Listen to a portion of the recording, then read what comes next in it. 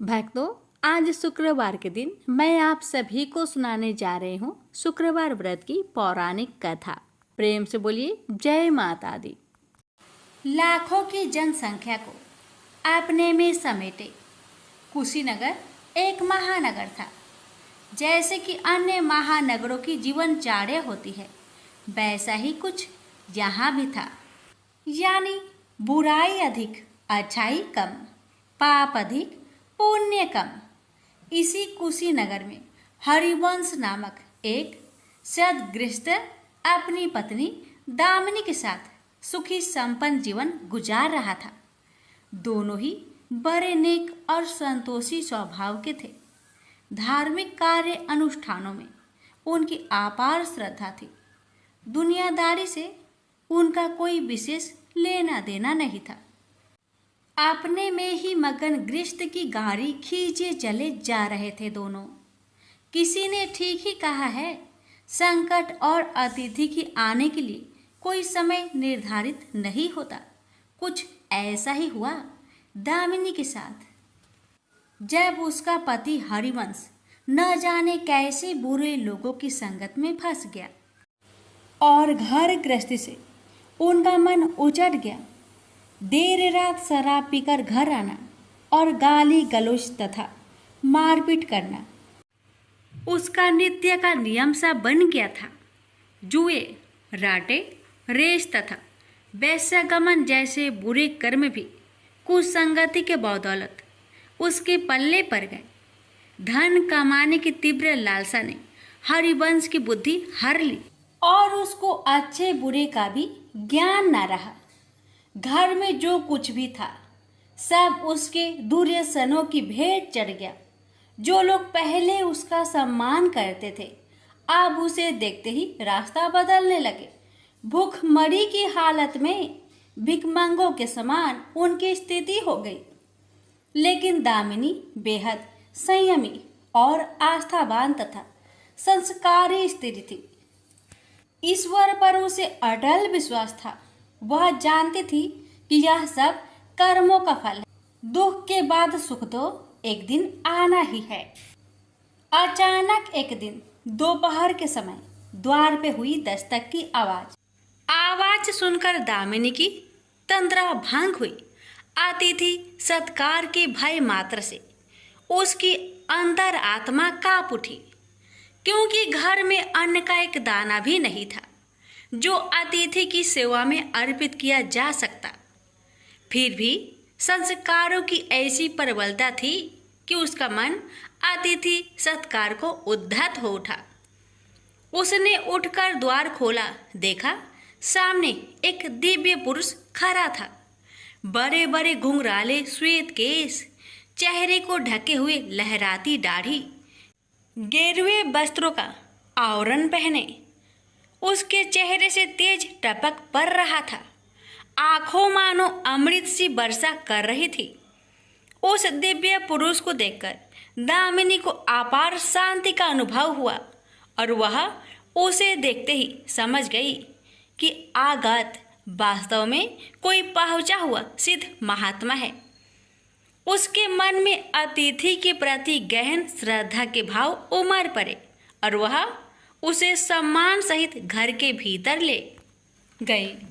दामिनी ने जब उसे फाटे हुए आसन पर बैठाया तो वह मारे लज्जा के जमीन में गिर सी गई। उधर वह संत पुरुष दामिनी की ओर एकटक निहारे जा रहा था। घर में जो कुछ भी बचा खुचा था दामिनी ने अतिथि की सेवा में अर्पित कर दिया, पर उसने इस पर कोई ध्यान नहीं दिया। बस दामिनी को यूं निहारे जा रहा था मानो उसे कुछ याद दिलाने की चेष्टा कर रहा हो। जब काफी देर तक दामिनी कुछ न बोली तो उसने कहा, बेटी मुझे पहचाना नहीं क्या? उसका यह प्रश्न सुनकर दामिनी जैसे सोते से जागी और अत्यंत संकुचाते हुए मधुर स्वर में बोली, महाराज मेरी धृष्टता को क्षमा करें। जो आप जैसे दिव्य पुरुष को मैं पहचान कर भी नहीं पहचान पा रही हूँ। पारिवारिक कष्टों ने तो जैसे मेरी सोचने समझने की शक्ति ही छीन ली है। लेकिन यह निश्चित है कि संकट की इस घड़ी में मुझे आप जैसे साधु पुरुष का ही सहारा है। तभी जैसे दामिनी को कुछ याद हो आया, वह उस साधु के चरणों में गिरकर बोल उठी, अब मैं आपको पहचान गई हूँ महाराज। स्नेहा रूपी अमृत की वर्षा करने वाले अपने शुभ चिंतक को कोई कैसे भूल सकता है भला। वास्तव में वह साधु मंदिर की राह के मध्य में बनी अपनी कुटिया के बाहर बट वृक्ष के नीचे बैठ साधना किया करता था और मंदिर आने जाने वाले सभी श्रद्धालु से प्रणाम करके स्वयं को कृतार्थ अनुभव करते थे। दामिनी भी उन्हीं में से एक थी। जब पिछले काफी दिनों से उसने उसे मंदिर की ओर आते जाते नहीं देखा तो उसकी कुशल क्षेम जानने के लिए पूछताछ करते हुए उसके घर की ओर आ निकला था। दामिनी अभी अपनी सोचों में ही डूबी हुई थी कि साधु महाराज ने मौन भंग किया। क्या कानन है पुत्री, तू आजकल मंदिर आती जाती दिखाई नहीं पड़ती।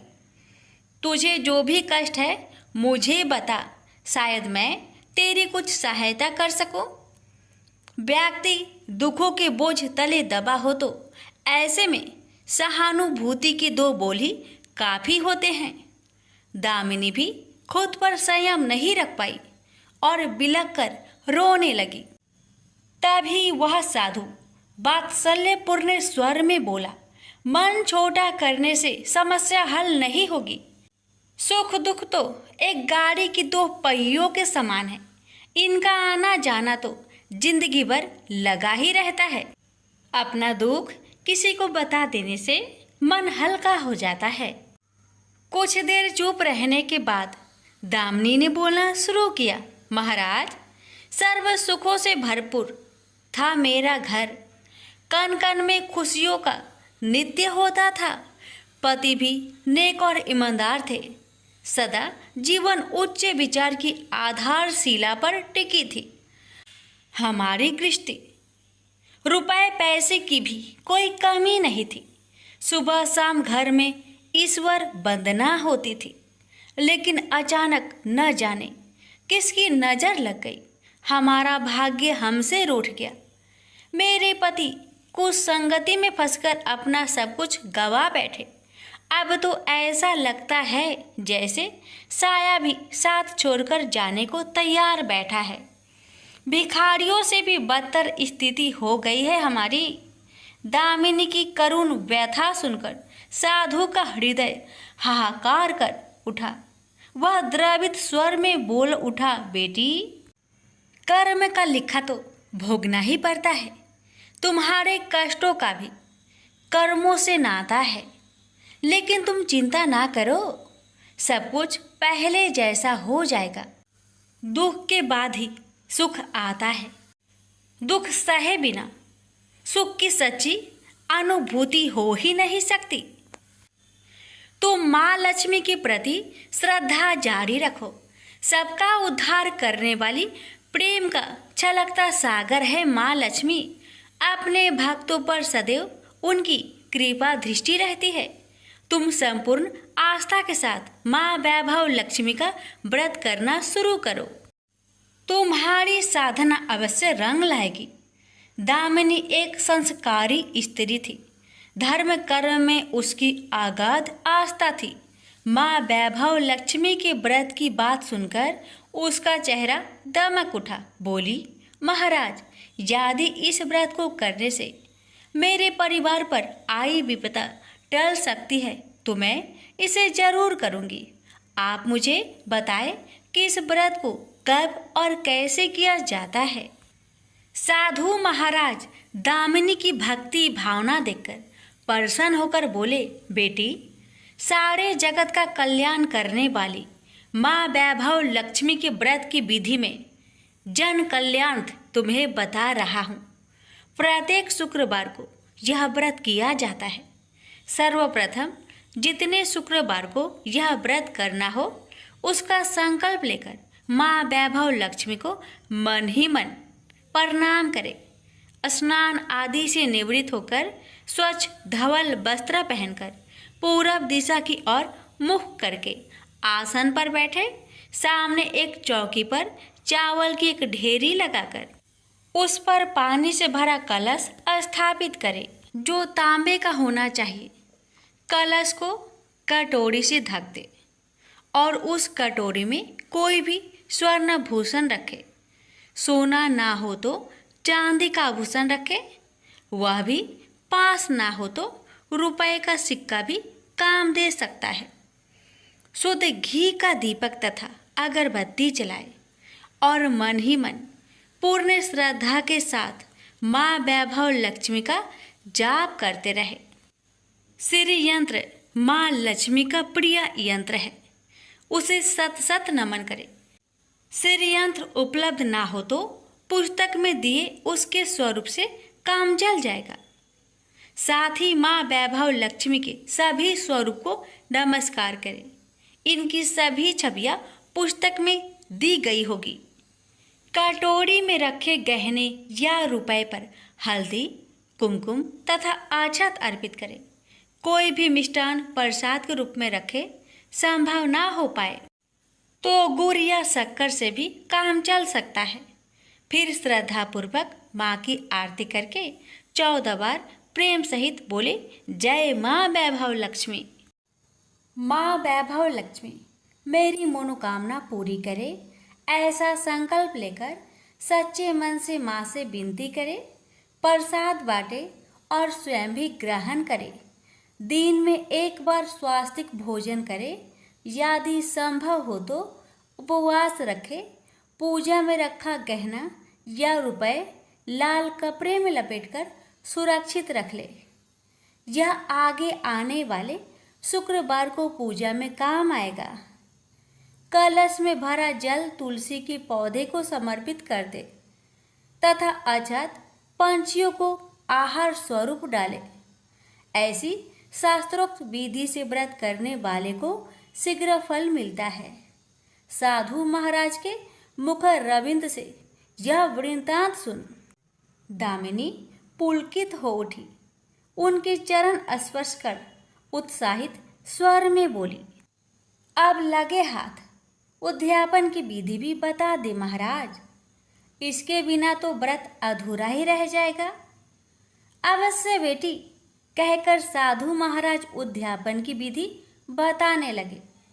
चाहे जितने भी शुक्रवार प्राय 11 या 21 व्रत करने का संकल्प लिया हो, लेकिन मन में माँ वैभव लक्ष्मी के प्रति श्रद्धा तथा आस्था बारंबार बनी रहनी चाहिए। जिस दिन अंतिम शुक्रवार का व्रत हो उस दिन शास्त्रोक्त विधि से उद्यापन किया जाता है। अन्य शुक्रवारों की भांति ही इस दिन भी पूजन करें। हाँ, प्रसाद के रूप में खीर अवश्य रखें। पूजा के बाद नारियल फोड़कर 7 कुंवारी कन्याओं को चरण धोकर कुमकुम का तिलक लगाकर पूजन करें। उन्हें सामर्थ्य अनुसार दक्षिणा दें और माँ वैभव लक्ष्मी व्रत की पुस्तकें उपहार स्वरूप भेंट में दें। फिर प्रसाद के रूप में खीर वितरित करें। अब माँ वैभव लक्ष्मी के सभी स्वरूप को मन ही मन नमन करते हुए कहे, हे माँ, यदि मैंने शुद्ध तथा निर्मल हृदय से आपकी स्तुति करते हुए वैभव लक्ष्मी व्रत विधि विधान अनुसार पूर्ण किया हो तो मेरी मनोकामना अवश्य पूरी करना। संतानहीनों को संतान देने वाली, दुखियों का दुख हरने वाली, अखंड सौभाग्य का वरदान देने वाली, कुंवारी कन्याओं को मन चाहा वर देने वाली माँ वैभव लक्ष्मी, आपकी महिमा अपरंपार है। अपने हर भक्त की विपत्तियां हरकर उन्हें सुख समृद्धि प्रदान करना। साधु महाराज से वैभव लक्ष्मी व्रत का शास्त्रोक्त ज्ञान प्राप्त करके दामिनी भाव विभोर हो उठी। उसे अपने भीतर एक अनोखे तथा असीमित आत्मबल का संचार होता महसूस हुआ।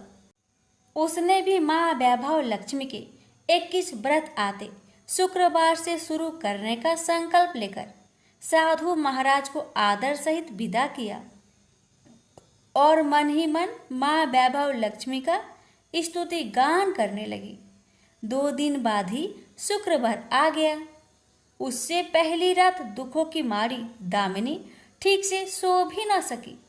माँ वैभव लक्ष्मी के व्रत करने से उसकी समस्याओं का अंत हो जाएगा, यह सोचकर वह मुंह अंधेरी उठ बैठी और स्नान आदि कर स्वच्छ वस्त्र धारण किए।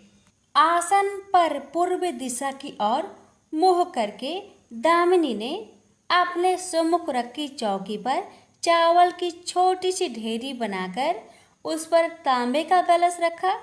लेकिन जब स्वर्ण भूषण रखने की बात आई तो धर्म संकट में पड़ गई। सारे गहने पति ने दुर्योधनों की भेंट चढ़ चुके थे। विवाहित स्त्री थी तो मंगलसूत्र भी उतार कर नहीं रख सकती थी और कोई गहना था नहीं। तभी उसे उन नन्ही पायलों का स्मरण हो आया जो उसने अपनी आने वाली संतान के लिए बनवाकर रख छोड़ी थी और पति की निगाहों से उन्हें बचाकर रखा था। उसने झटपट वह पायलें निकाली और गंगा जल से धोकर उन्हें शुद्ध करके कलश पर रखी कटोरी में डाल दिया।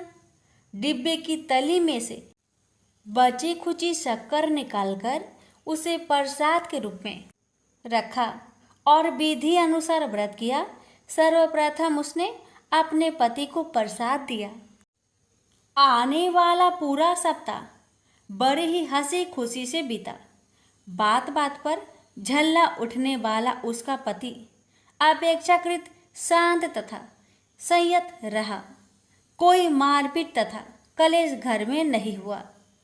इसे दामिनी ने माँ वैभव लक्ष्मी का चमत्कार समझा और मन ही मन उन्हें प्रणाम किया। माँ वैभव लक्ष्मी के प्रति उसकी आस्था और भी बलवती हो गई।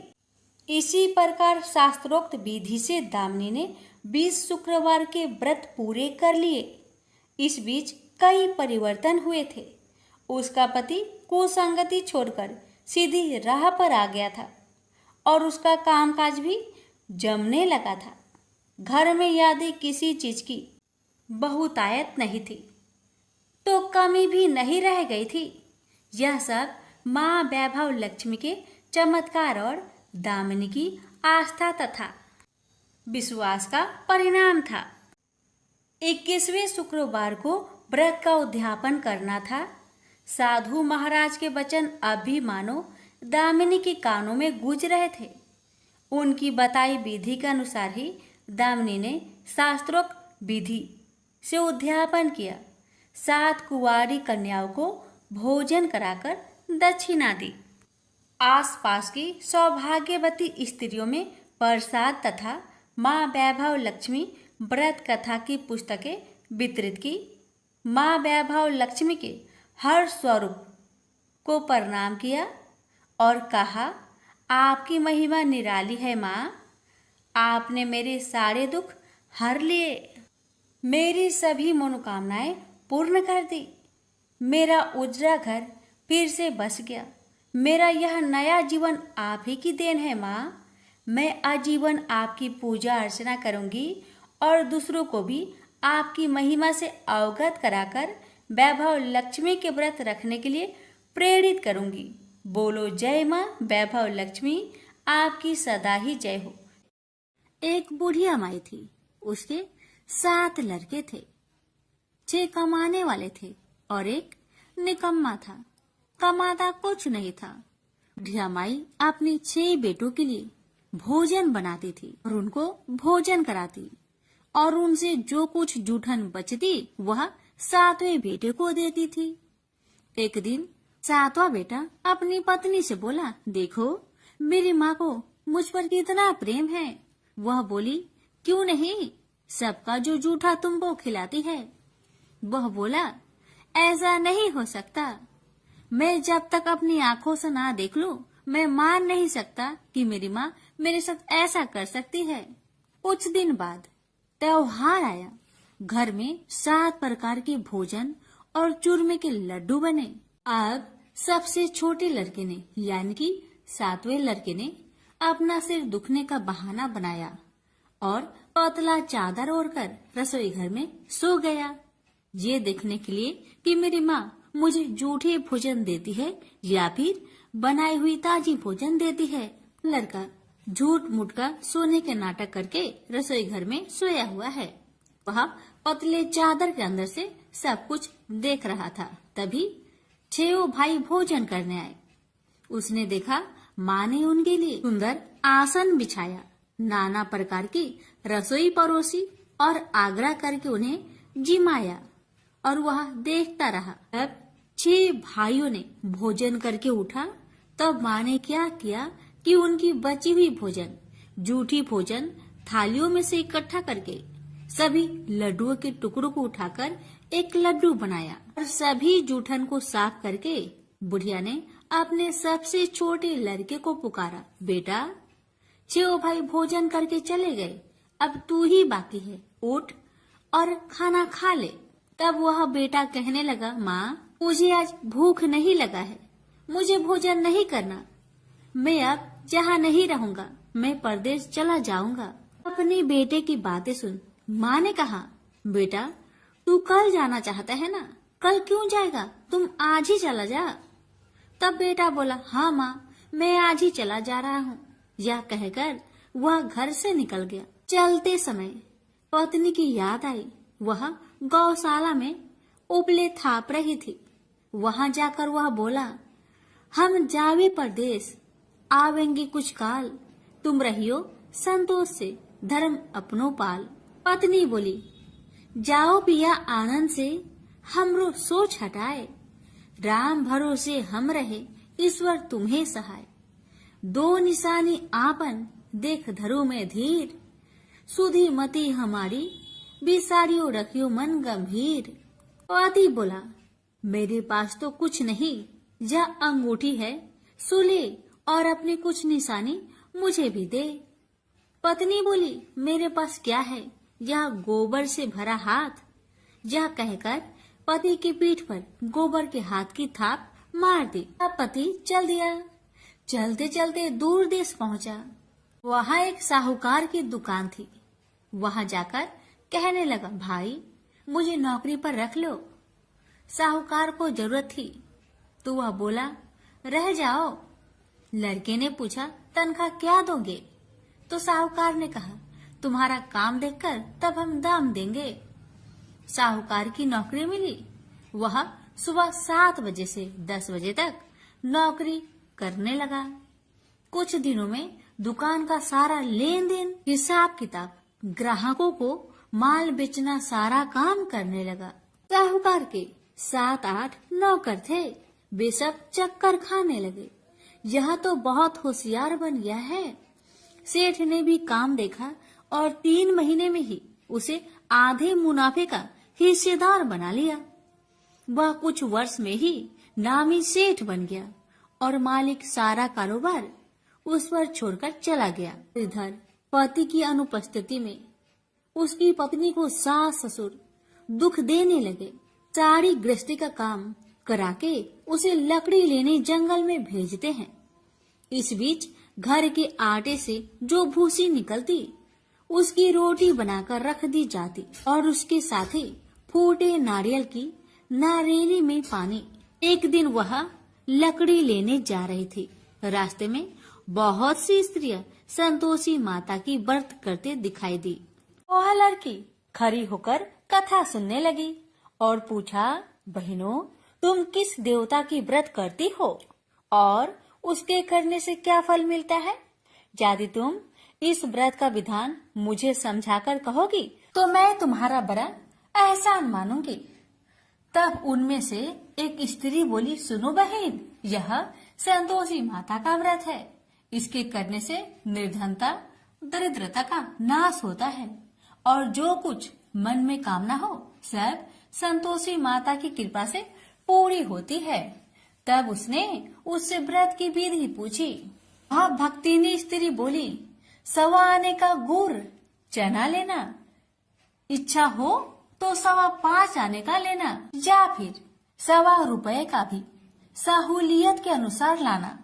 बिना परेशानी और श्रद्धा व प्रेम से जितना भी बन पड़े सवाया लेना। प्रत्येक शुक्रवार को निराहार रहकर कथा सुनना। इसके बीच कर्म टूटे नहीं, लगातार नियम पालन करते रहना। सुनने वाला कोई न मिले तो घी का दीपक जला उसके आगे या जल के पात्र के सामने रखकर कथा कहना। जब कार्य सिद्ध न हो नियम का पालन करना और कार्य सिद्ध हो जाने पर व्रत का उद्यापन करना। 3 मास में माता फल पूरा करती है। यदि किसी के ग्रह खोटे भी हो तो भी माता वर्ष भर में कार्य सिद्ध करती है। फल सिद्ध होने पर उद्यापन कर लेना चाहिए, बीच में नहीं। उद्यापन में 2.5 सेर आटे का खाजा तथा इसी परिमाण में खीर तथा चने का साग करना। 8 लड़कों को भोजन कराना। जहाँ तक मिले देवर जेठ भाई बंधु के हो, न मिले तो रिश्तेदारों और पास पड़ोसियों को बुलाना। उन्हें भोजन करा यथाशक्ति दक्षिणा दे। माता का नियम पूरा करना। उस दिन घर में खटाई न खाना। यह सुन बुढ़िया माई के लड़के की बहू चल दी। रास्ते में लकड़ी की बोझ को बेच दिया और उन पैसों से गुड़ चना ले माता की व्रत की तैयारी कर आगे चली और सामने मंदिर देखकर पूछने लगी, यह मंदिर किसका है? सब कहने लगे, संतोषी माता का मंदिर है। यह सुनकर माता के मंदिर में जाकर चरणों में लौटने लगी। दीन हो विनती करने लगी, माँ मैं निपट अज्ञानी हूँ, व्रत के कुछ भी नियम नहीं जानती, मैं दुखी हूँ।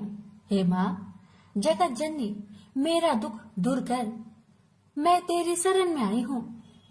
माता को दया आई। एक शुक्रवार बीता की, दूसरे को उसके पति का पत्र आया और तीसरे शुक्रवार को उसका भेजा हुआ पैसा पहुंचा।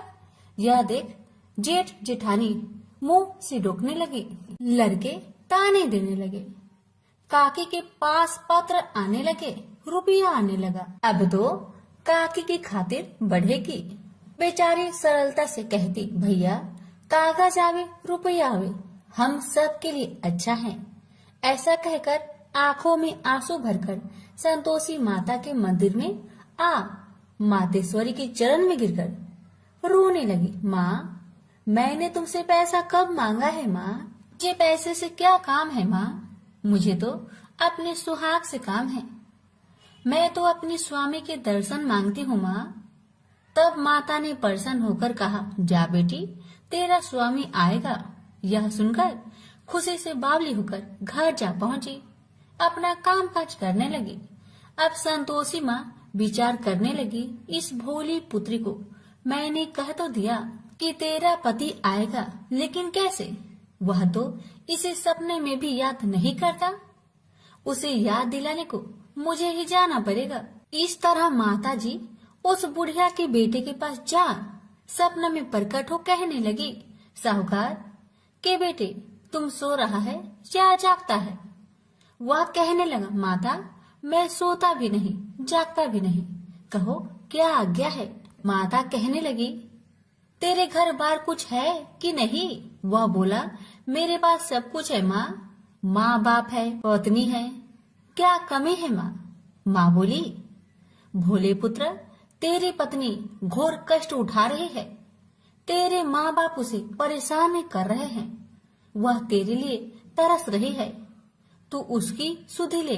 वह बोला, हाँ माता जी यह तो मालूम है, परंतु जाऊं तो कैसे? परदेश की बात है, लेन देन का कोई हिसाब नहीं है, कोई जाने का रास्ता भी नहीं आता, कैसे चला जाऊं? माँ कहने लगी, मेरी बात मान, सवेरे नहा धोकर संतोषी माता का नाम ले, घी का दीपक जला, दंडवत कर दुकान पर बैठ। देखते देखते तेरा सारा लेन देन चुक जाएगा, जमा का माल बिक जाएगा, साज होते होते धन का भारी ढेर लग जाएगा। माता की बात मानकर वह नहा धोकर संतोषी माता को दंडवत घी का दीपक जला थोड़ी देर में देने वाले रुपए लाने लगे, लेने वाले हिसाब लेने लगे। कोठे में भरे सामान की खरीदारी नगद दाम में दे सौदा करने लगे। शाम तक धन का भारी ढेर लग गया। मन में माता का नाम ले चमत्कार देख प्रसन्न होकर घर ले जाने के वास्ते गहना कपड़ा सामान खरीदने लगा। यह काम से निपट तुरंत घर को रवाना हुआ। उधर उसकी पत्नी जंगल में लकड़ी लेने जाती है। लौटते वक्त माता जी के मंदिर में विश्राम करती है। वह तो उसके प्रतिदिन रुकने का जो स्थान ठहरा। धूल उड़ती देख वह माता से पूछती है, हे माता, यह धूल कैसे उड़ रही है? माता कहती है, हे पुत्री, तेरा पति आ रहा है। अब तू ऐसा कर, लकड़ियों के 3 बोझ बना ले। एक नदी के किनारे रख और दूसरा मेरे मंदिर पर, वह तीसरा अपने सिर पर। तेरे पति को लकड़ियों का गट्टर देख मोह पैदा होगा। वह यहाँ रुकेगा, नाश्ता पानी खाकर माँ से मिलने जाएगा। तब तू लकड़ियों का बोझ उठाकर जाना और चौक में गट्टर डालकर जोर से आवाज देकर कहना, लो सासू जी, लकड़ियों का गट्टर लो, भूसी की रोटी दो, नारियल की खोपरे में पानी दो। आज मेहमान कौन आया है? माता जी बहुत अच्छा कहकर वह प्रसन्न मन से लकड़ियों के 3 गट्टर बनाई। एक नदी के किनारे पर और एक माता जी के मंदिर पर रखा। इतने में मुसाफिर आ पहुंचा। सूखी लकड़ी देख उसकी इच्छा उत्पन्न हुई कि हम यहीं पर विश्राम करें और भोजन बनाकर खा पी कर गाँव जाए। इसी तरह रुककर भोजन बना, विश्राम करके गाँव को गया। सबसे प्रेम से मिला। उसी समय सिर पर लकड़ी का गट्टर लिए वह उतावली सी आती है। लकड़ियों का भारी बोझ आंगन में डालकर जोर से 3 आवाज देती है, लो सासू जी, लकड़ियों का गट्टर लो, भूसी की रोटी दो, आज मेहमान कौन आया है। यह सुनकर उसकी सास बाहर आकर अपने दिए हुए कष्टों को भुलाने हेतु कहती है, बहू ऐसा क्यों कहती है? तेरा मालिक ही तो आया है। आ बैठ, मीठा भात खा, भोजन कर, कपड़े पहन, गहने पहन। उसकी आवाज सुन उसका पति बाहर आता है। अंगूठी देख व्याकुल हो जाता है और माँ से पूछता है, माँ यह कौन है? माँ ने कहा, बेटा यह तेरी पत्नी है। जब से तू गया है तब से सारे गांव में भटकती फिरती है। घर का कामकाज कुछ नहीं करती, 4 पहर आकर खा जाती है। वह बोला, ठीक है माँ, मैंने इसे भी देखा और तुम्हें भी। अब दूसरे घर की ताली दो, मैं उसमें रहूंगा। माँ बोली, ठीक है, जैसी तेरी मर्जी। तब वह दूसरे मकान की 3री मंजिल का कमरा खोल सारा सामान जमाया। एक दिन में ही राजा के महल के जैसा ठाट बाट बन गया। अब क्या था, बहू सुख भोगने लगी। इतने में शुक्रवार आया। उसने पति से कहा, मुझे संतोषी माता का व्रत उद्यापन करना है। पति बोला, खुशी से कर लो। वह उद्यापन की तैयारी करने लगी। जेठानी के लड़कों को भोजन के लिए कहने गई। उन्होंने मंजूर किया, परंतु पीछे से जेठानी ने अपने बच्चों को सिखाया, देखो भोजन के समय खटाई मांगना, जिससे उसका उद्यापन पूरा ना हो। अब तो बच्चे जिमने आए, खीर खाना पेट भर के खाए, परंतु बाद में खाते ही कहने लगे, हमें खटाई दो, खीर खाना हमको नहीं भाता। देखकर आरुचि होती है। वह कहने लगी, भाई खटाई किसी को नहीं दी जाएगी, यह माँ संतोषी का प्रसाद है। लड़के उठ खड़े हुए, बोले, पैसे लाओ। भोली बहू कुछ जानती नहीं थी। वह उन बालकों को पैसे दे दिए। लड़के उसी समय हट करके इमली खटाई लिए खाने लगे। यह देखकर बहू पर माताजी ने कोप किया। राजा के दूत उसके पति को पकड़कर ले गए। जेठ जेठानी मन माने वचन कहने लगे, लूट लूट कर धन इकट्ठा कर लाया है, अब सब मालूम पड़ जाएगा जब जेल की मार खाएगा। बहू से यह सहन नहीं हुआ। रोती हुई बहू माता जी के मंदिर गई। कहने लगी, हे माता, तुमने क्या किया? हंसाकर अब भक्तों को रुलाने लगी। माता बोली, बेटी तूने उद्यापन करके मेरा व्रत भंग किया है। वह कहने लगी, माता मैंने कुछ अपराध किया है क्या? मैंने तो भूल से लड़कों को पैसे दे दिए थे, मुझे क्षमा करो, मैं फिर तुम्हारा उद्यापन करूंगी। माँ बोली, अब भूल मत करना।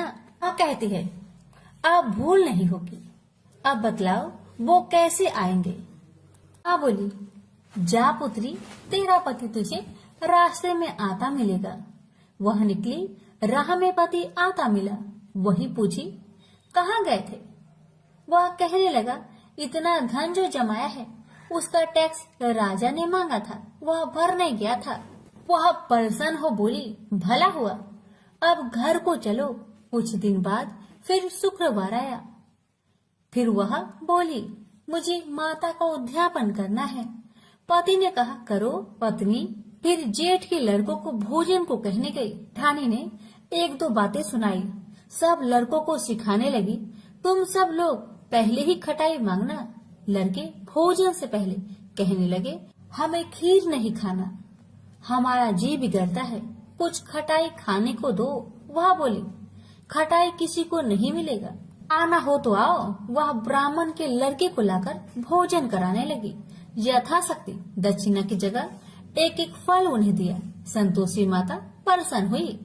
माता की कृपा होते ही 9वें मास में उसके चंद्रमा के समान सुंदर पुत्र प्राप्त हुआ। पुत्र को पाकर प्रतिदिन माता जी के मंदिर में जाने लगी। माँ ने सोचा, यह रोज आती है, आज क्यों न आई, इसके घर चलो। यह विचार कर माता ने भयानक रूप बनाया। गुड़ चने से सना मुख, ऊपर सूर्य के समान होठ, उस पर मक्खियां भीन भीन कर रही थी। दहली पर पैर रखते ही उसकी सास चिल्लाई, देखो रे देखो, कोई चुड़ैल डाकिन चली आ रही है। लड़कों, इसे भगाओ, नहीं तो किसी को खा जाएगी। लड़के भागने लगे, चिल्लाकर खिड़की बंद करने लगे। बहू रोशन दान में देख रही थी, प्रसन्नता से पगली बन चिल्लाने लगी, आज मेरी माँ मेरे घर आई है, आज मेरी माता मेरे घर आई है। वह बच्चों को दूध पीने से हटाती थी। इतने में सास का क्रोध फट पड़ा। वह बोली, क्यों उतावली हुई है, बच्चे को पटक दिया। इतने में माँ के प्रताप से लड़के ही लड़के नजर आने लगे। वह बोली, माँ, जिसका मैं व्रत करती हूँ, यह वही संतोषी माता है। सबने माता जी के चरण पकड़ लिए और विनती कर कहने लगे, हे माता, हम मूर्ख हैं, अज्ञानी हैं, तुम्हारे व्रत की विधि हम नहीं जानते, व्रत भंग कर हमने बड़ा अपराध किया है। जग माता, आप हमारा अपराध क्षमा करो। इस प्रकार माता प्रसन्न हुई। बहू को प्रसन्न हो जैसा फल दिया, वैसा माता सबको दे। जो पढ़े उसका मनोरथ पूर्ण हो, जो सुने उसका भी मनोरथ पूर्ण हो। प्रेम से बोलिए, संतोषी माता की जय। एक समय की बात है, काशी निवासी धनंजय की पत्नी का नाम सुलक्षणा था। उसे अन्य सब सुख प्राप्त थे, केवल निर्धनता ही उसके दुख का एकमात्र कारण थी। यह दुख उसे हर समय सताता रहता था। एक दिन सुलक्षणा पति से बोली, स्वामी, आप कुछ उद्यम करो तो काम चले। इस प्रकार कब तक काम चलेगा? सुलक्षणा की बात धनंजय के मन में बैठ गई और वह उसी दिन विश्वनाथ शंकर जी को प्रसन्न करने के लिए बैठ गया और कहने लगा, हे देवाधिदेव विश्वेश्वर, मुझे पूजा पाठ कुछ नहीं आता है, केवल आपके भरोसे बैठा हूँ। इतनी विनती करके वह 2-3 दिन भूखा प्यासा बैठा रहा। यह देखकर भगवान शंकर ने उसके कान में अन्नपूर्णा अन्नपूर्णा अन्नपूर्णा इस प्रकार 3 बार कहा। यह कौन क्या कह गया? इसी सोच में धनंजय पड़ गया कि मंदिर से आते ब्राह्मणों को देखकर पूछने लगा, पंडित जी, अन्नपूर्णा कौन है? ब्राह्मणों ने कहा, तू अन्न छोड़कर बैठा है, सो तुझे अन्न की बात सूझती है, जा घर जाकर अन्न ग्रहण कर। धनंजय घर गया, स्त्री से सारी बात कही। वह बोली, नाथ, चिंता मत करो, स्वयं शंकर जी ने यह मंत्र दिया है, वे स्वयं ही खुलासा करेंगे। आप फिर जाकर उनकी आराधना करो। धनंजय फिर जैसा कि तैसा पूजा में बैठ गया। रात्रि में शंकर जी ने आज्ञा दी और कहा, तू पूर्व दिशा में चला जा। वहाँ अन्नपूर्णा का नाम जपता जाता और रास्ते में फल खाता, झरनों का पानी पीता जाता। इस प्रकार कितने ही दिनों तक चलता गया। वहाँ उसे चांदी सी चमकती वन की शोभा देखने में आई। सुंदर सरोवर देखने में या उनके किनारे कितनी ही अप्सराएं झुंड बनाए बैठी थी। एक कथा सुनाती और सब मिलकर माँ अन्नपूर्णा इस प्रकार बार बार कहती थी। जहाँ अगहन मास की उजेली रात्रि थी और आज से ही व्रत का प्रारंभ था। जिस शब्द की खोज करने वह निकला था वह उसे वहां सुनने को मिला। धनंजय ने उसके पास जाकर पूछा, हे देवियों, आप यहाँ क्या करती हो? उन सब ने कहा, हम माँ अन्नपूर्णा का व्रत करती हैं। धनंजय ने पूछा, व्रत पूजा करने से क्या होता है? यह किसी ने किया भी है? इसे कब किया जाए? कैसा व्रत है और कैसी विधि है? मुझसे भी विस्तार से बताओ। वे कहने लगी, इस व्रत को सब कोई कर सकते हैं। 21 दिन तक के लिए 21 गांठ का सूत लेना चाहिए। 21 दिन यानी न बने तो एक दिन उपवास करे, या भी ना बने तो केवल कथा सुनकर प्रसाद ले। निराहार रहकर कथा कहे, कथा सुनने वाला कोई न मिले तो पीपल के पत्तों को रख, सुपारी या घृत कुमारी वृक्ष को सामने कर, दीपक को साक्षी कर, सूर्य गाय तुलसी या महादेव को बिना कथा सुनाए मुख में दाना न डाले। यदि भूल से कुछ पड़ जाए तो एक दिवस फिर उपवास करे। व्रत के दिन क्रोध न करे और झूठ न बोले। धनंजय बोला, इस व्रत के करने से क्या होगा? वे कहने लगी, इसके करने से अंधों को नेत्र मिले, लुल्लू को हाथ मिले, निर्धन के घर धन आए, बाझिन को संतान मिले, मूर्ख को विद्या आए। जो जिस कामना से व्रत करे माँ उसकी इच्छा पूरी करती है। वह कहने लगा, बहनों, मेरे पास भी धन नहीं है, विद्या नहीं है, कुछ भी तो नहीं है। मैं तो दुखिया ब्राह्मण हूँ। मुझे इस व्रत का सूत दोगी? हाँ भाई, तेरा कल्याण हो, हम तुम्हें अवश्य देंगे। ले, इस व्रत का मंगल सूत्र ले। धनंजय ने व्रत किया। व्रत पूरा हुआ तभी सरोवर में से 21 खंड की स्वर्ण सीढ़ी हीरा मोती जड़ी हुई प्रकट हुई। धनंजय अन्नपूर्णा अन्नपूर्णा कहता जाता था। इस प्रकार कितनी ही सीढ़ियां उतर गया तो क्या देखता है कि करोड़ों सूर्य से प्रकाशमान अन्नपूर्णा का मंदिर है। उसके सामने स्वर्ण सिंहासन पर माता अन्नपूर्णा विराजमान है। सामने भिक्षा हेतु शंकर भगवान खड़े हैं। देवांगनाएं चवर डुलाती है। कितनी ही हथियार बांधे पहरा देती है। धनंजय दौड़कर जगदम्बा के चरणों में गिर गया। देवी उसके मन का कलेश जान गई। धनंजय कहने लगा, माता, आप तो अंतर्यामी हो, आपको अपनी दशा क्या बताऊं? माता बोली, मेरा व्रत किया है, जा, संसार तेरा सत्कार करेगा। माता ने धनंजय की जिह्वा पर बीज मंत्र लिख दिया। अब तो उसके रोम रोम में विद्या प्रकट हो गई। इतने में क्या देखता है कि वह काशी विश्वनाथ के मंदिर में खड़ा है। माँ का वरदान ले धनंजय घर आया। सुलक्षणा से सब बात कही।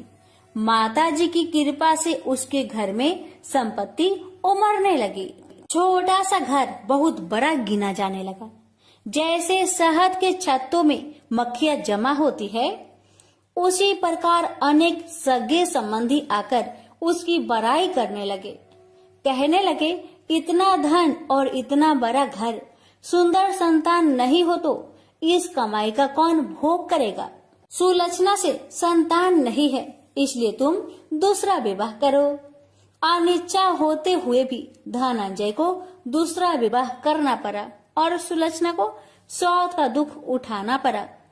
इस प्रकार दिन बीतते गए और अगहन मास आया। नए बंधन से बंधे पति से सुलोचना ने कहलाया कि हम व्रत के प्रभाव से सुखी हुए हैं, इस कारण यह व्रत छोड़ना नहीं चाहिए। यह माता जी का प्रताप है जो हम इतने संपन्न और सुखी हैं। सुलोचना की बात सुन धनंजय उसके यहाँ आया और व्रत में बैठ गया। नई बहू को इस व्रत की खबर नहीं थी। वह धनंजय की आने की राह देख रही थी। दिन बीतते गए और व्रत पूर्ण होने में 3 दिवस बाकी थे कि नई बहू को खबर पड़ी। उसके मन में ईर्ष्या की ज्वाला दहकने लगी थी। सुलोचना के घर आ पहुंची और उसने वहां भगदड़ मचा दी। वह धनंजय को अपने साथ ले गई। नए घर में धनंजय को थोड़ी देर के लिए निंद्रा ने आ दबाया। इसी समय नई बहू ने उसका व्रत का सूत तोड़कर आग में फेंक दिया। अब तो माता जी का कोप जाग गया। घर में अकस्मात आग लग गई। सब कुछ जलकर खाक हो गया। सुलोचना जान गई और पति को फिर अपने घर ले आई। नई बहू रूठकर माता पिता के घर जा बैठी। पति को परमेश्वर मानने वाली सुलोचना बोली, नाथ घबराना नहीं, माता जी की कृपा अलौकिक है। पुत्र कुपुत्र हो जाता है पर माता कुमाता नहीं होती। अब आप श्रद्धा और भक्ति से आराधना शुरू करो, वे जरूर हमारा कल्याण करेगी। धनंजय फिर माता के पीछे पड़ गया। फिर वही सरोवर सीढ़ी प्रकट हुई। उसमें माँ अन्नपूर्णा कहकर वह उतर गया। वहां जा माता जी के चरणों में रुदन करने लगा। माता प्रसन्न होकर बोली, यह मेरी स्वर्ण की मूर्ति ले, उसकी पूजा करना, तू फिर सुखी हो जाएगा। जा, तुझे मेरा आशीर्वाद है। तेरी स्त्री सुलोचना ने श्रद्धा से मेरा व्रत किया है, उसे मैंने पुत्र दिया है। धनंजय ने आंखें खोली तो खुद को काशी विश्वनाथ के मंदिर में खड़ा पाया। वहां से फिर उसी प्रकार घर को आया। धर सुलोचना के दिन चढ़े और महीने पूरे होते ही पुत्र का जन्म हुआ। गांव में आश्चर्य की लहर दौड़ गई। इस प्रकार उसी गांव के निसंतान सेठ के पुत्र होने पर उसने माता अन्नपूर्णा का मंदिर बनवा दिया। उसमें माता जी धूमधाम से पधारी, यज्ञ किया और धनंजय को मंदिर के आचार्य का पद दे दिया। जीविका के लिए मंदिर की दक्षिणा और रहने के लिए बड़ा सुंदर सा भवन दिया। धनंजय स्त्री पुत्र सहित वहां रहने लगा। माता जी के चढ़ावे में भरपूर आमदनी होने लगी। उधर नई बहू के पिता के घर डाका पड़ा, सब लूट गया। वे भीख मांगकर पेट भरने लगे। सुलोचना ने यह सुना तो उन्हें बुला भेजा, अलग घर में रख लिया और उनके अन्न वस्त्र का प्रबंध कर दिया। धनंजय, सुलोचना और उसका पुत्र माता जी की कृपा से आनंद से रहने लगे। माता जी ने जैसे इनके भंडार भरे वैसे सबके भंडार भरे। हे माता, अगर आपकी कथा कहने में हमसे कोई गलती हुई हो उसे क्षमा करना और अपने सभी भक्तों की सभी मनोकामना को पूर्ण करना। प्रेम से बोलिए अन्नपूर्णा माता की जय। हर हर महादेव, माता पार्वती की जय। माता की नित्यनेम की कथा। माता सीता का 12 वर्ष का नियम था कि वे एक कथा भगवान राम को सुनाती थी। लेकिन एक बार राम जी को किसी कारण बाहर जाना पड़ा। इस पर माता ने कहा, अगर आप चले गए तो मैं कहानी किसे सुनाऊंगी। भगवान ने कहा कि आप कुएं के पाल पर जाकर बैठ जाना और वहां जो औरतें पानी भरने आएगी उन्हें अपनी कहानी सुना देना। देवी सीता ने बिल्कुल वैसा ही किया और कुएं के पास जाकर बैठ गई। तभी एक स्त्री आई। उसने रेशम की साड़ी पहन रखी थी और सोने का घड़ा ले रखा था। सीता माता उसे देखकर कहती है कि बहन, मेरा 12 वर्ष का नित्य नियम सुन लो। लेकिन उस स्त्री ने उनका नियम सुनने को मना कर दिया और बिना सुने वहां से चली गई। थोड़ी देर बाद उसकी रेशम जरी की साड़ी फट गई। सोने का घड़ा मिट्टी के घड़े में बदल गया। ये देख उसकी सास उस पर गुस्सा किया और कहा कि किसका दोष अपने सिर लेकर आई है। सास की बात सुनकर बहू ने सारी बात अपनी सास को सुना दी। अगले दिन ही वही साड़ी और घड़ा लेकर सास कुएं पर गई। माता सीता वहीं पर थी और औरत को देखकर देवी ने कहा कि आप मेरी कहानी सुन लीजिए। सास ने कहा, एक बार नहीं 4 बार सुन लूंगी। माता सीता ने अपना नियम सुनाना शुरू किया। राम आए लक्ष्मण आए, देश के पुजारी आए, नित नेम का नेम लाए। आओ राम बैठो राम, तपी रसोई जियो राम। माखन मिश्री खाओ राम, दूध बतासा पियो राम। सूत के पलका मोठो राम, साल दुसाला पोठो राम। साल दुसाला ओढ़ो राम, जब बोलू जब राम ही राम। राम सवारे सबके काम, खाली घर भंडार भरेंगे। सबका बेड़ा पार करेंगे। श्री राम जय जय राम। तब सास ने कहा कि बहन, आपकी कहानी तो बहुत अच्छी है। ऐसा कहकर वे अपने घर की ओर चली गई। थोड़ी समय बाद उसकी साड़ी रेशम जरी की बन गई और घड़ा सोने का बन गया। बहू के पूछने पर सास ने कहा कि बहू, तू दोष लगा के आई थी और मैं अब दोष उतारकर आ रही हूँ। सास ने कहा, वे कोई साधारण स्त्री नहीं है, बल्कि सीता माता थी। वे पुराने से नया कर देती है, खाली घर में भंडार भर देती है। वह लक्ष्मी जी का वास घर में कर देती है। आदमी की जो भी इच्छा हो उसे पूरा कर देती है। बहू के कहने पर सास ने वही कहानी उसे भी सुना दी और ऐसे ही पूरे मोहल्ले में नित्य नेम की कथा चल पड़ी। प्रेम से बोलिए सिया रामचंद्र की जय। राम लक्ष्मण जी की कहानी। राम लक्ष्मण की कहानी भगवान श्री राम, लक्ष्मण और सीता जी पिता दशरथ जी की आज्ञा से वनवास जाने लगे। रास्ते में सभी तीर्थ गंगा, जमुना, गोमती नदियों में पितृ तर्पण कर वन में कंदमूल फल फूल खाते हुए वन में अपना समय व्यतीत करने लगे। एकम के दिन लक्ष्मण जी ने राम जी की आज्ञा से फल मूल लाकर माँ सीता को दिए। तब माँ सीता ने 4 पत्तल परोसी। तब लक्ष्मण ने पूछा, भाभी माँ, हम 3 हैं, फिर 4 में क्यों परोसा? तब माँ सीता बोली, 1 पत्तल गौ माता की है। राम जी लक्ष्मण जी गौ माता को पत्तल परोसती। तब राम जी ने पूछा, सीता जी, आपने खाना शुरू क्यों नहीं किया? तब सीता माँ बोली, मेरे तो राम कथा सुनने का नियम है। राम कथा सुनने के बाद ही मैं फल ग्रहण करूंगी। तब राम जी बोले, मुझे कथा सुना दो। लक्ष्मण जी बोले, मुझे सुना दो। तब माँ सीता बोली, औरत की बात औरत सुने। आप मेरे पति हो, आप मेरे देवर हो, आपसे कैसे कहूँ? तब लक्ष्मण जी ने सोचा, इस जंगल में कौन औरत मिलेगी। तब लक्ष्मण जी ने अपनी माया से एक नगरी का निर्माण किया।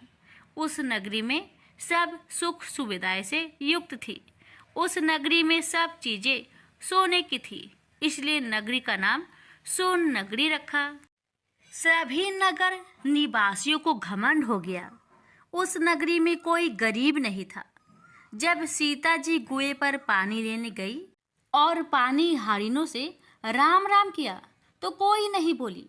थोड़ी देर में एक छोटी कन्या आई। सीता जी उससे राम राम बोली और कहा कि बाई राम कथा सुनेगी। तब वह बोली, मेरे तो घर पर काम है। सीता जी ने कहा, मेरे पति राम और देवर लक्ष्मण भूखे हैं। तब लड़की बोली, मेरी माँ मेरा इंतजार कर रही है। वह लड़की वहां से जाने लगी। तब माँ सीता के क्रोध से सारी नगरी साधारण सी हो गई। जब लड़की घर गई तो माँ बोली, बाई ये क्या हुआ? तब लड़की बोली, मेरे को तो नहीं पता है। वहां पर एक साध्वी बैठी थी, मुझे राम कथा सुनने के लिए बोली। पर मैं तो कथा नहीं सुनी। यदि उसने कुछ किया हो तो पता नहीं। तब उसकी माँ ने उसको वापस जाकर कथा सुनने को कहा। लड़की ने वापस जाकर कथा सुनने से मना कर दिया। तब उसकी बहू बोली, आपकी आज्ञा हो तो मैं कहानी सुनकर आती हूँ।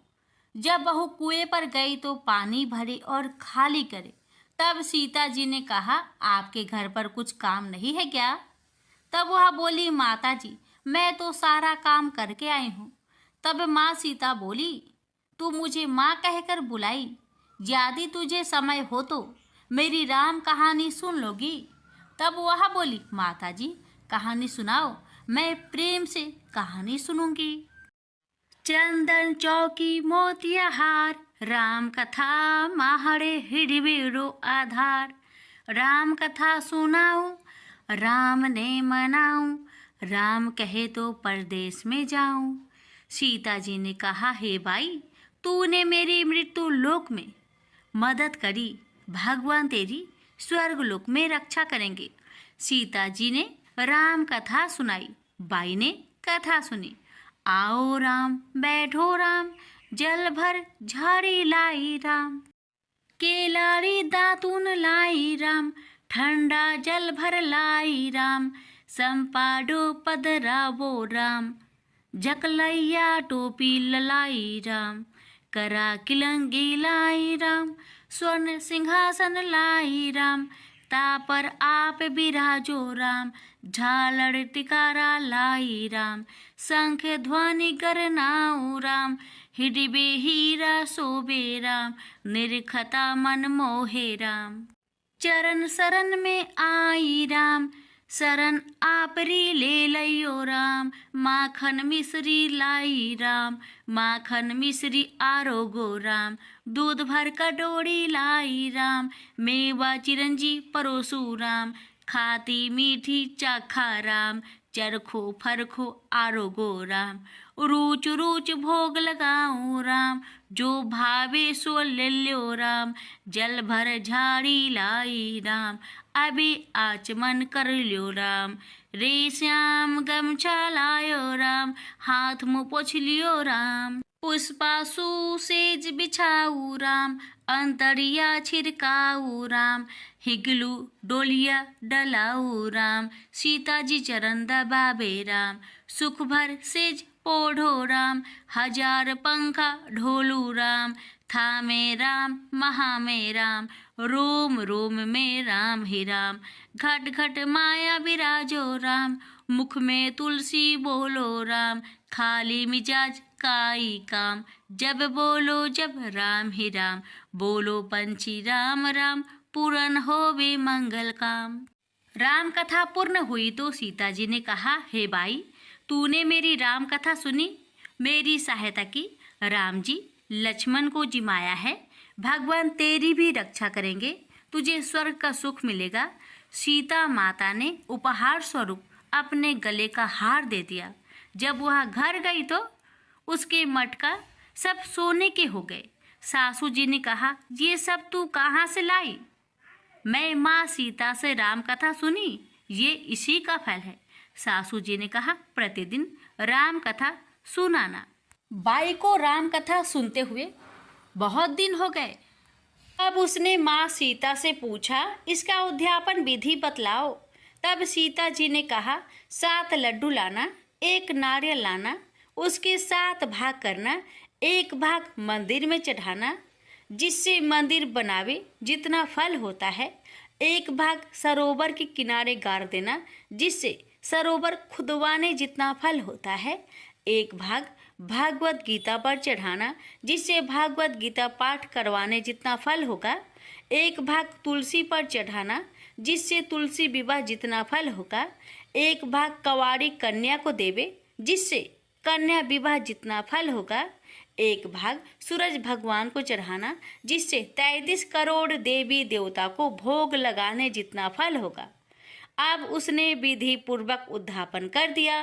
माता सीता के पास आई, माता मैंने तो विधि पूर्वक उद्यापन कर दिया, अब 7 दिन बाद बैकुंठ से विमान आएगा।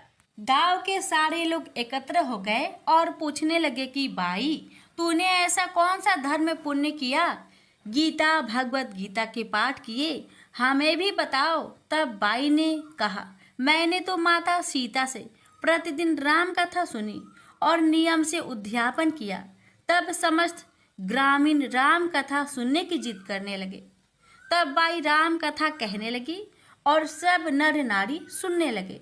राम कथा संपूर्ण होते ही समस्त नगरी सोने की हो गई। बाई ने कहा, जो कोई राम कथा सुनेगा उसको मेरे समान ही फल मिलेगा। सब राम लक्ष्मण की जय जयकार करने लगे और विमान स्वर्ग में चला गया। 7 स्वर्ग के दरवाजे खुल गए। पहले द्वार पर नाग देवता, समस्त देवी देवता पुष्प वर्षा करने लगे। देवताओं ने पूछा कि तूने क्या पुण्य किया? तब उसने कहा, मैंने राम लक्ष्मण जानकी की कहानी सुनी। तू समस्त देवताओं ने कहा, वर मांग। तब उसने कहा, मेरे तो सब सिद्धियां है, मुझे यह वर दो कि जो भी श्रद्धा व भक्ति से राम कथा, राम लक्ष्मण जानकी की कहानी सुनेगा उसको मेरे समान ही फल मिले। सभी देवताओं ने पुष्प वर्षा करते हुए तथास्तु कहा। चारों ओर राम राम की जय जयकार होने लगी। प्रेम से बोलिए सीताराम की जय। माँ भगवती की व्रत कथा। देवी सची परम पिता परमात्मा की आदि शक्ति की एक कला मानी जाती है, एक रूप मानी जाती है। पूर्व काल में जब कहीं स्वयंवर होते थे, अर्थात राजा महाराजा अपनी कन्या के विवाह के लिए विभिन्न राज्यों के राजकुमारों को आमंत्रित करके उनमें से अपनी पसंद के वर को चुनने का कन्या को अवसर देते थे, तो देवी सची की ही सर्वप्रथम आह्वान करके स्थापना की जाती थी तथा उनकी पूजा अर्चना करके स्वयंवर की रस्म प्रारंभ होती थी। ऐसा माना जाता था कि देवी सची की आराधना करने से स्वयंवर में किसी प्रकार विघ्न नहीं पड़ता। इस प्रकार सची स्वर्ग के भोगों के बीच जल में कमल के समान निर्लिप्त रह रही थी कि अचानक स्वर्ग को भी दुखों ने आ घेरा। देवराज से एक भयानक भूल हो गई। यद्यपि उनका कार्य ही पृथ्वी पर सुख और शांति रखने के लिए असुरों और दानवों का नाश करना था, लेकिन उन्होंने एक बार बिना विचार किए भगवान के भक्त पितासुर का वध कर डाला। चारों ओर उनकी बुराई होने लगी। जिसने भी सुना इंद्र की निंदा की। चारों ओर से इंद्र पर जब घृणा और निंदा की बौछार पड़ने लगी तो वह देवलोक छोड़कर भाग गए और मान सरोवर में जाकर एक कमल नाल में छिपकर बैठ गए। देवताओं ने इंद्र को बहुत खोजा, लेकिन जब इंद्र कहीं नहीं मिले तो उन्होंने ऋषि मुनियों से सलाह करके नहुस को इंद्र आसन पर बैठा दिया। इंद्र का पद पाकर नहुस में अहंकार जाग उठा। उसने एक दिन राजसभा में कहा, गुरुदेव, आज मैं इंद्र के सिंहासन पर बैठा हूँ। सारे देवलोक पर मेरा अधिकार है। एरावत हाथी, उच्च श्रवा घोड़ा, कामधेनु गाय और परिजात मेरे अधिकार में है। इस पर इंद्र के वे सभी चीजें मेरे अधिकार में हैं, जो अभी तक इंद्र के अधिकार में थी। फिर इंद्र की पत्नी सची अभी तक मेरे भवन में क्यों नहीं आई? इंद्र होने के नाते वह मेरी पत्नी है। उससे कहिए कि वह आज रात मेरे रंग भवन में आ जाए और फिर वहीं रहे। नहुस का संदेश लेकर गुरु बृहस्पति जब इंद्र की पत्नी सची के पास पहुंचे तो सची परेशान हो उठी। वह बोली, गुरुदेव, मैं पतिव्रता स्त्री हूँ। अपने पति के अतिरिक्त मैंने आज तक किसी परम पुरुष की ओर आंख उठाकर भी नहीं देखा। मैं नहुस की इस आज्ञा का पालन कैसे कर सकती हूँ? बृहस्पति बोले, इंद्राणी, इस संकट से यदि तुम्हें कोई उबार सकता है तो वह केवल माँ भगवती दुर्गा ही है। तुम उन्हीं की आराधना करो, वही तुम्हारी सहायता करेगी। सची बोली, ठीक है गुरुदेव, जाकर नहुस से कह दीजिए कि मैं आजकल देवी की आराधना कर रही हूँ। जब मेरी आराधना समाप्त हो जाएगी मैं स्वयं नहुस को अपने भवन में बुला लूंगी। बृहस्पति सची का संदेश लेकर नहुस के पास चले गए तो सची ने देवी की आराधना करनी आरंभ कर दी। उनकी आराधना से प्रसन्न होकर देवी ने प्रकट होकर कहा, मैं तुम्हारी हालत को अच्छी तरह जानती हूँ सची, बोलो मैं तुम्हारी क्या सहायता करूँ। सची बोली, माँ भगवती, न जाने मेरे पति कहाँ चले गए हैं। सारे देवता उन्हें खोज खोज कर थक गए हैं। मैं उनसे मिलना चाहती हूँ। भगवती दुर्गा बोली, मैं जानती हूँ कि इंद्र इस समय कहाँ हैं। तुम मान सरोवर पर चली जाओ, वहां मेरी एक मूर्ति रखी है। उस मूर्ति को लोग विश्वकामा देवी के नाम से पुकारते हैं। इंद्र आजकल नियमित रूप से उसी मूर्ति की पूजा करते हैं। वह तुम्हें वही मिल जाएंगे। सची बोली, जग जननी, नहुस को इंद्र का पद पाकर इतना अहंकार हो गया है कि वह देवलोक की प्रत्येक वस्तु की तरह मुझ पर भी अपना अधिकार समझने लगा है। उसने कहा है कि मैं उसके भवन में जाकर उसकी पत्नी के रूप में रहूं। भगवती दुर्गा बोली, नहुस से बचने का उपाय तुम्हें बता देती हूँ। तुम कल नहुस के पास संदेश भेज देना कि किसी ऐसी सवारी से मेरे भवन में पधारे, इसे ऋषि ढोकर लाए। देवी की कृपा से उसी दिन मान सरोवर पर सची की इंद्र के साथ भेंट हो गई और दूसरे दिन उन्होंने एक दासी से कहकर वह संदेश नहुस के पास भिजवा दिया जो देवी ने बताया था। दासी वह संदेश लेकर नहुस की राजसभा में पहुंची और बोली, महाराज, नहुस की जय हो। मैं देवराज इंद्र की पत्नी सची की दासी हूँ। उन्होंने मेरे द्वारा आपके लिए एक संदेश भेजा है। उन्होंने कहा है कि आज रात अपने भवन में वो आपका स्वागत करना चाहती है। नहुस बोला, ओ, यह तो बड़ी प्रसन्नता की बात है। हम रात को सची के भवन में पहुंच जाएंगे। दासी बोली, अवश्य पधारिए महाराज, लेकिन आप देवी के भवन में किसी ऐसी दिव्य सवारी में बैठकर जाए जिसे ऋषि ढो रहे हों।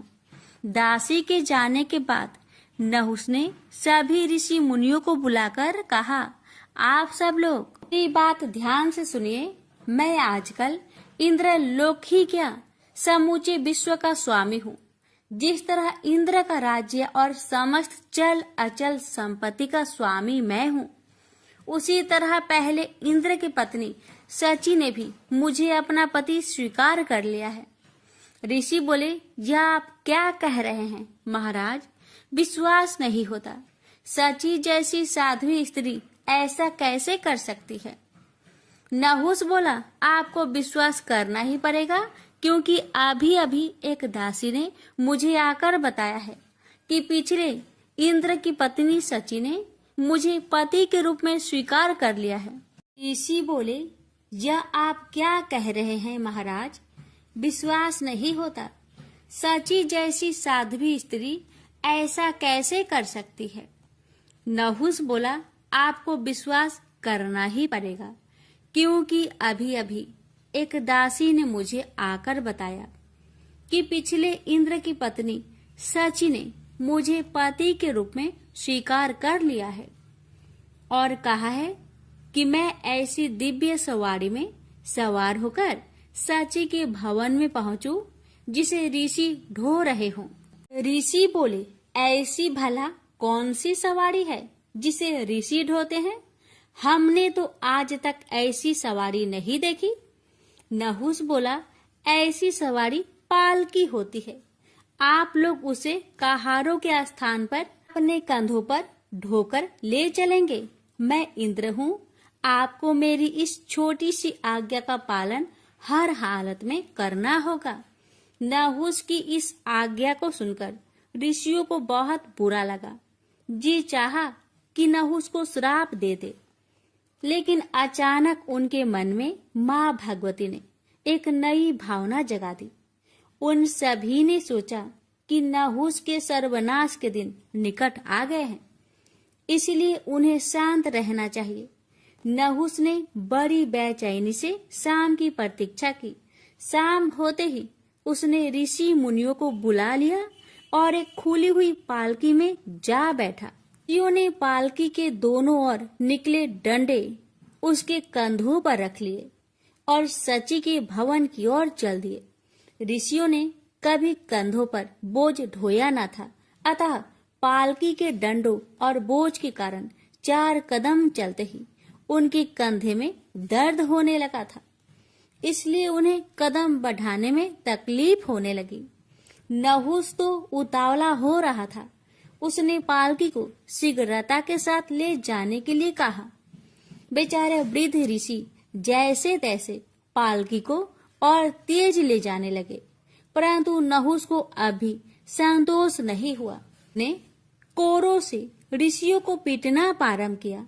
अगस्त्य ऋषि को इससे अत्यंत क्रोध उत्पन्न हुआ और उन्होंने नहुस को भला बुरा कहते हुए श्राप दे दिया। दुष्ट, तू अजगर बनकर पृथ्वी पर गिर जा और लंबे समय तक अपने दुष्कर्मों का फल भोग। और ऐसा ही हुआ। नहुस अपने पापों के प्रतिफल के रूप में अजगर की योनि में पृथ्वी पर सैकड़ों वर्ष तक पड़ा रहा। भगवती दुर्गा की कृपा से देवराज इंद्र पुनः प्रकट हो गए और देवी सची के साथ स्वर्ग के सिंहासन पर बैठकर आनंद पूर्वक रहने लगे। प्रेम से बोलिए भगवती माता की जय।